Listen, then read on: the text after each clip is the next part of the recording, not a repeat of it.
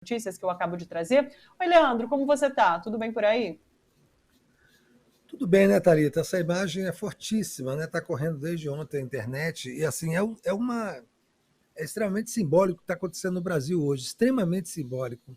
A gente vem falando muito sobre isso, né? Vem discutindo a volta da fome, mas essa cena nos dá a dimensão exata do que é essa volta da fome. São famílias, pessoas, famílias inteiras se atracando com caminhões de lixo, pegando aquela comida revolvida. Você sabe que aquilo ficou uma coisa imunda, né?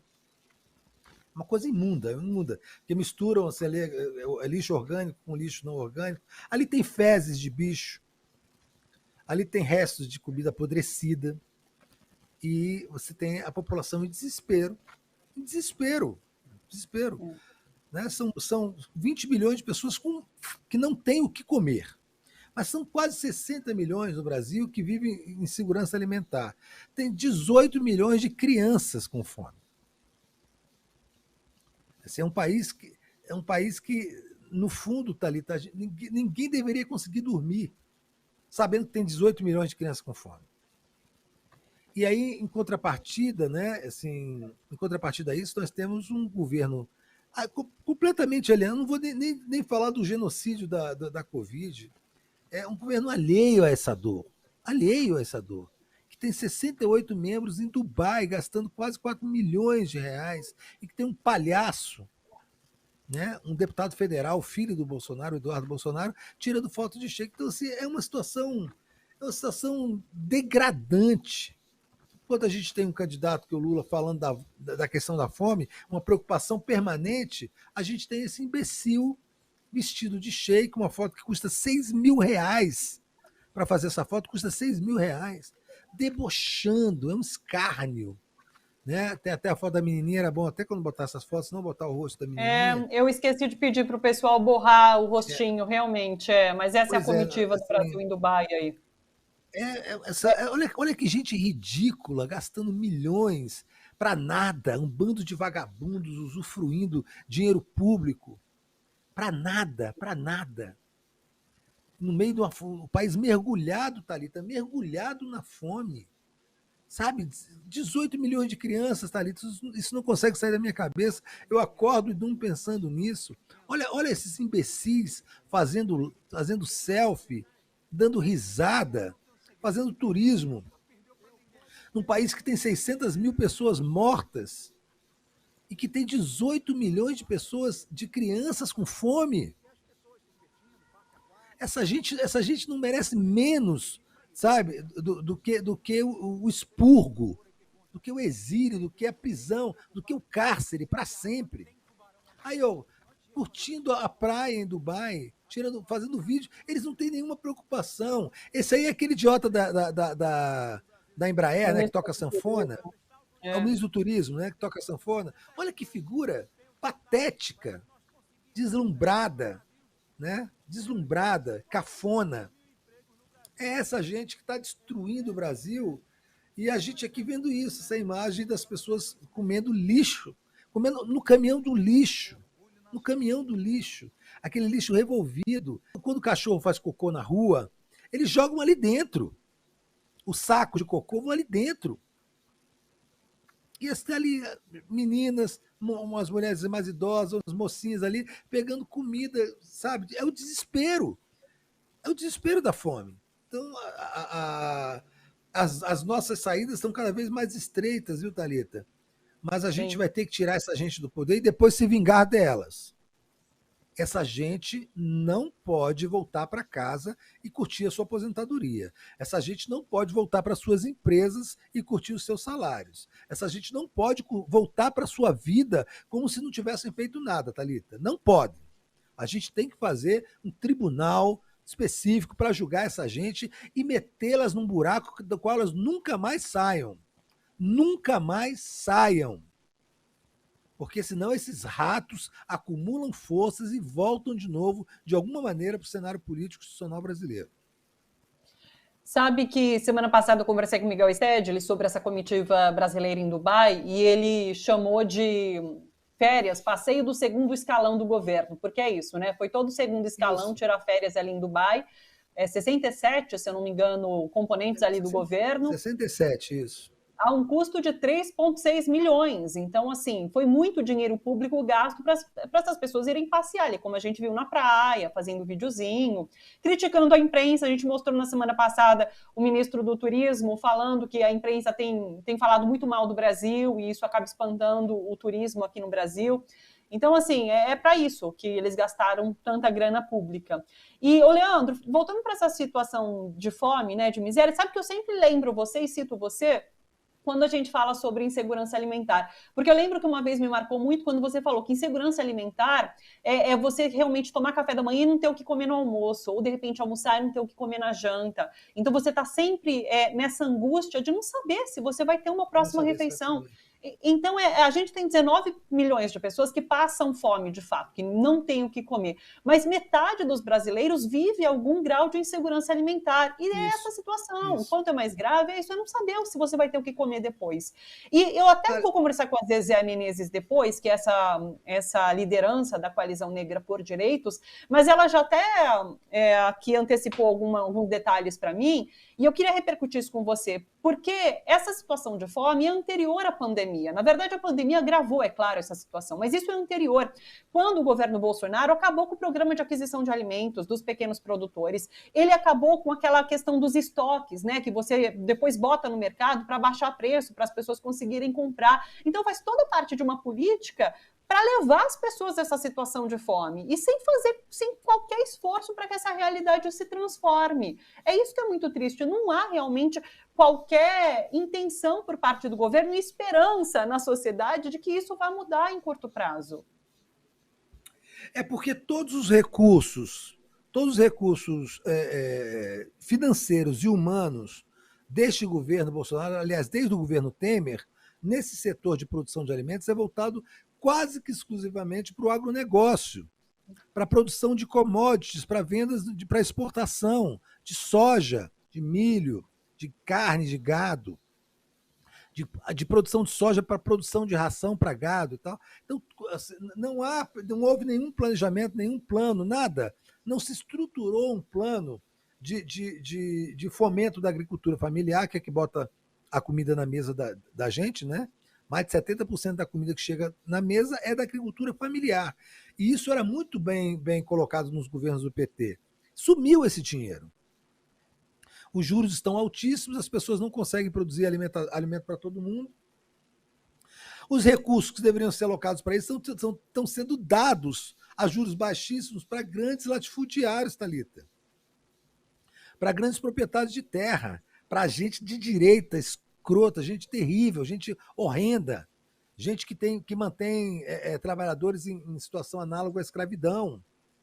Então não tem comida, porque não tem nem sequer produção. Como a produção é pouca e não há estoque regulador, isso que você estava falando, o preço dos alimentos estão ficando insuportáveis. Insuportáveis. Você viu que já tem quase 70% da população brasileira que está parando de comer carne. Não é porque virou vegana, é porque não tem dinheiro para comer carne.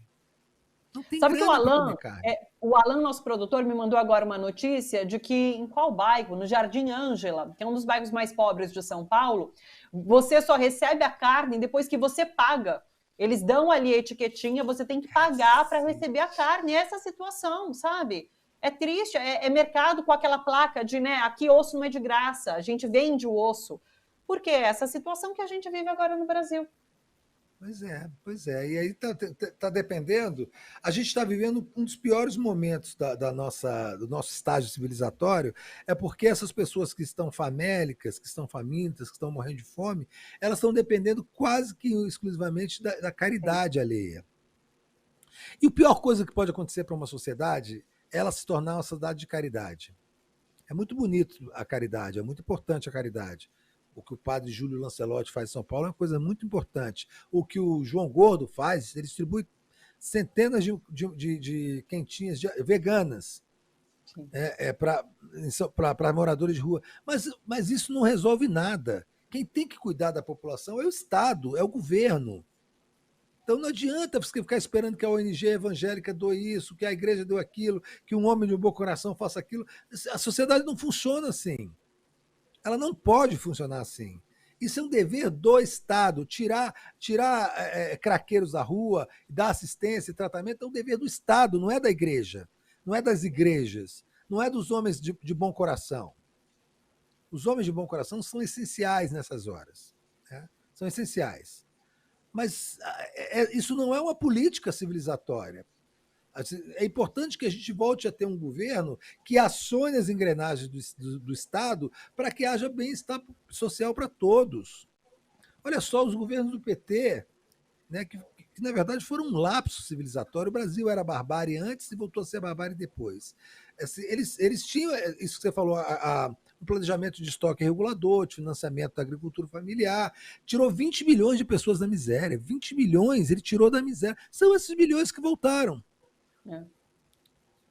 Criou uma classe de trabalhadores mais forte, uma classe média emergente, né? Inseriu as pessoas pelo consumo na sociedade e tal. Isso tudo foi desfeito de uma hora para outra. Olha só, tem condição de você andar hoje no centro de São Paulo, você parece que está num filme de zumbi.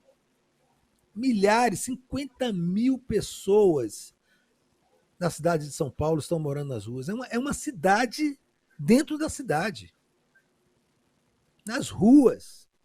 Quando a gente fala nas ruas, Thalita, é muito importante a gente explicar o que é morar na rua, porque parece uma coisa até lúdica, né? Vive sem compromisso, vendo as estrelas, né?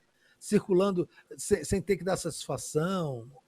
É uma desgraça. A rua é uma desgraça. As crianças que moram na rua, elas são submetidas à violência sexual, à violência doméstica, a violência brutal de polícia, de bêbado, de craqueiro, de gente ruim, de playboy que toca fogo nas pessoas dormindo. Viver na rua é um desespero, é uma violência, que você pode levar uma facada, um tiro, uma porrada dormindo. É frio, é fome, é dor, é febre, é doença. 50 mil só em São Paulo. Como é que a gente dorme, Thalita? Como é que a gente deita a cabeça no travesseiro e dorme, Thalita? Não tem condição. Não tem condição, por isso, assim, eu não vejo menos do que me vingar dessa gente. Do que botar essa gente pendurada. Porque não tem condição. Uma sociedade não pode conviver com a miséria e achar que está certo. Não pode conviver com criança sofrendo e achar que está certo. Achar que é o padre, o irmão, o evangélico, que tem que dar comida para as pessoas. Não tem emprego. Além da fome, tem 15 milhões de desempregados. Não tem emprego. Porque não tem desenvolvimento, não tem planejamento, não tem governo. Esse governo é uma desgraça e é um escárnio. Essa gente em Dubai, Thalita, é um escárnio. É um escárnio. Não era nem para voltar. Eu tinha que ter um jeito de impedir de voltar. Eles ficarem lá para serem presos e voltarem algemados para o Brasil. Então, assim, nós temos Thalita, eu acho que o dever de não esquecer isso que a gente está vivendo. É um dever de uma geração inteira, de jamais esquecer isso e nunca dar paz, jamais, até que elas morram, essas pessoas que estão provocando esse desmazelo aqui no Brasil, viu? Só para finalizar, acho que é muito simbólico esse depoimento que a gente trouxe hoje da CPI da Covid, do coordenador, né, de um dos representantes dessa ONG Rio de Paz, em que ele chama, né, ele cita tudo que Bolsonaro tem feito durante agora a pandemia, e esse nível de raiva contra o presidente vai subindo na gente conforme ele vai trazendo, né, tudo que o Bolsonaro já fez. Chama o Bolsonaro de ridículo e acaba justamente dizendo o que você diz agora, que a gente não pode esquecer o que tem sido essa gestão para que nunca mais isso aconteça aqui no nosso país. Então, acho que é isso que a gente tem que denunciar, tem que continuar denunciando, mas sempre pensando que vai mudar, que podemos fazer essa mudança, mas a gente nunca vai esquecer do que passamos nesse momento. Leandro, diga, para finalizar. Tem toda a razão, a gente não pode esquecer de jeito nenhum, e a CPI demorou de fazer isso que está fazendo hoje. Deveria ter feito muito mais isso, trazido esses depoimentos, porque eles dão a dimensão real do problema, criam uma comoção necessária, né, Thalita? Muito importante. Sim, sensibilizam. Os depoimentos sensibilizam. Foi muito triste hoje de manhã acompanhar os depoimentos, pessoas que perderam a família toda, pai, mãe, aquela menina de 19 anos que agora tem a custódia da irmã de 11, porque os pais morreram num período de 15 dias. A mãe também, a moça que teve que cuidar da mãe, a gente até tem um vídeo, mas eu não vou ter tempo de exibir aqui, mas ela conta que ela teve que dar água para a mãe, assim, molhando os lábios, porque a mãe já não conseguia mais tomar água que é engrossada, né? E daí ela diz isso, que quando o Bolsonaro finge que está engasgando, imitando uma pessoa que tem Covid, ele não sabe o quanto dói para uma pessoa que perdeu alguém, uma pessoa querida pela Covid. Ela cita isso, ela fala sobre esse ato de Bolsonaro, esse gesto de Bolsonaro. Leandro, deixa eu me despedir. Tomara que ele morra assim, inclusive. Um beijo enorme para você. Boa semana até sexta-feira, Leandro. Tchau. Muito obrigada. Boa semana a todos. Até.